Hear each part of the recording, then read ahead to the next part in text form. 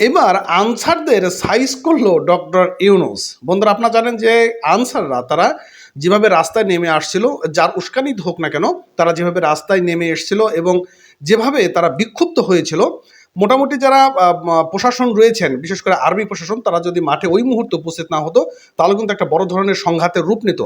এবং তারা যারা ছাত্র জনতা রয়েছে তাদের উপর তারা রাইফেল দিয়ে তারা গুলি বর্ষণও পর্যন্ত করেছেন। এই যে একটা ঘটনা ঘটে গেল, এই ঘটনার পর ডক্টর ইউনূস যে সিদ্ধান্তটা নিয়েছেন, এই সিদ্ধান্তটা কিন্তু আমার কাছে খুবই পছন্দ হয়েছে এবং আপনাদের কাছে খুবই পছন্দ হবে। বন্ধুরা, চলুন আমরা নাইম ভাইয়ের একটি ভিডিও থেকে বিষয়গুলো বিস্তারিত জেনে আসি। আর অবশ্যই নতুন হলে চ্যানেলটি সাবস্ক্রাইব করবেন, আর লিঙ্ক ডিসক্রিপশন বক্স। গত 53 বছরে বাংলাদেশে একটা রাজনৈতিক ট্রেন্ড চালু হয়েছে যে যত বেশি চাপা মারে, যার গলার আওয়াজ যত বেশি মোটা, যত বেশি স্ট্রং, তারে মানুষ তত বেশি ভয় পায় আর মনে করে সেই লেভেলের নেতা। কিন্তু what is the meaning of a leader? একটা লিডারশিপ কেমন হয় সেটা জাস্ট গত কয়েকদিনে ডক্টর ইউনূস একটা জায়গাতে দেখাইলেন। দেখেন যে ত্রাণ ইস্যুতে আসছি আমরা, মেইন আনসার ইস্যুতে, বাট ত্রাণ ইস্যুতে আলাদা কোনো বক্তব্য নাই, কোন রকম ভুংবাং কথাবার্তা নাই। খাস করে এসে একটা সিদ্ধান্ত নিয়ে আসলো কি 1000 কোটি টাকা মানে এনজিও গুলোর মাধ্যমে তিনি এই বন্যা ইস্যুতে সাপোর্ট করতে যাচ্ছেন। ভাবা যায় আমাদের অন্যান্য দলগুলা হলে কি করতো? এই 1000 কোটি তো এক সপ্তাহ নেতারা, কর্মীরা, হ্যাঁ মানে প্রিয় অভিভাবক পয়লা গরম করে ফেলতো। বাট এটা তার ডিউটি, যিনি রাষ্ট্রের প্রধান হবেন বা যারা এমপি মন্ত্রী হবেন। আমরা ভুলে গেছি যে এরা হচ্ছে আমাদের সেবক, আর সেবকরা মালিক হয়ে বসে জনগণরে এতদিন বাঁশি দিছিল।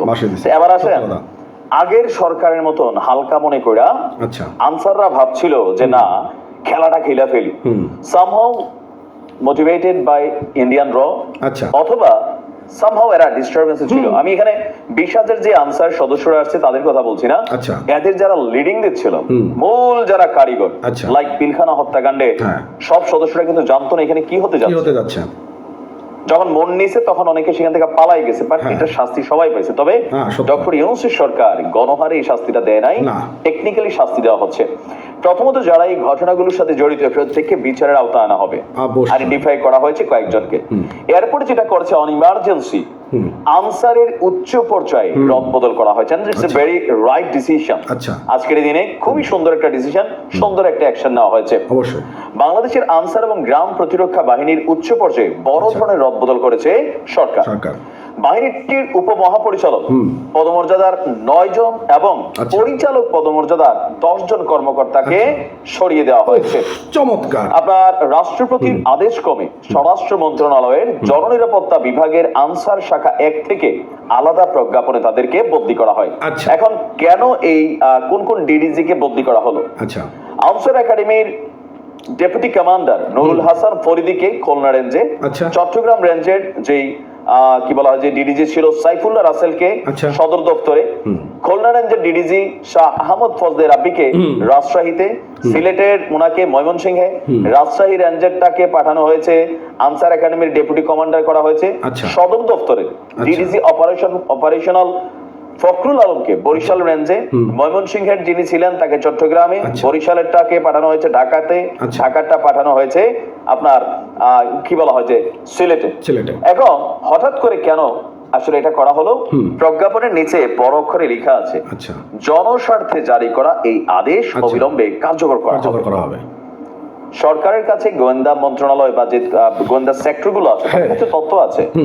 সামহাউ এই যে আজকে এতগুলো মানুষকে নাড়াচাড়া করছে, অফকোর্স হয়তো পেছনে সাসপিশিয়াস অ্যাক্টিভিটিস ছিল, অথবা সামহাউ যেহেতু তাদের প্রত্যেকের নিয়োগটা ম্যাক্সিমাম যারা আছেন এই পদমর্যাদাগুলো পেয়েছিলেন গত সরকারের আমলে, তো সেই ক্ষেত্রে সরকার কোন ধরনের ঝুঁকিতে যাচ্ছে না। মানে বড় বড় মানুষগুলোকে তাদের যে আখড়াটা গড়ে উঠছিল একটা বেসিস, বাংলাদেশে গত বেশ কয়েক বছর ধরে আমরা যেটা দেখি যে সরকারের সাথে সুসম্পর্ক তৈরি করা প্রশাসনের বিভিন্ন সেক্টরের লোক একটা জায়গায় বসলে এই জায়গায় তার যায় না, তার বদলির অর্ডার আসলে হয়তো এমপি নয়তো মন্ত্রী নয়তো উপরের, এরপরে আরো উপরের মানুষ ফোন করা তার বদলি ক্যান্সেল হয়েছে। ঢাকা ওয়াসার তাকসিম না তাকসিম খান, ভাই এই লোকটা কি বুঝাতে ছিল, আমি নিজে 3টা ভিডিও বানাইছি তারে নিয়ে। এরকম অনেক জায়গায় যে সালাউদ্দিন ফুটবলটারে খায়া ফেলছে, পাপন কাকু ক্রিকেটটারে খায়, ভাই পদত্যাগই করে না আর কি অসভ্য। তো বুঝাতে পারছি ডক্টর ইউনূস সাহেবের সরকার একটা কাজ করে, কথা কম বলে, কাজ বেশি। মানে বাংলাদেশের রাজনৈতিক মানে একটা ইস্যু কি, যে বেশি চাপা মারতে পারবে, আর জনগণের মুখ ভুলাই না কথা, এইসব কথার দিন শেষ। উন্নত বিশ্বের রাজনৈতিক নেতারা কথা কম বলে, কাজ বেশি করে।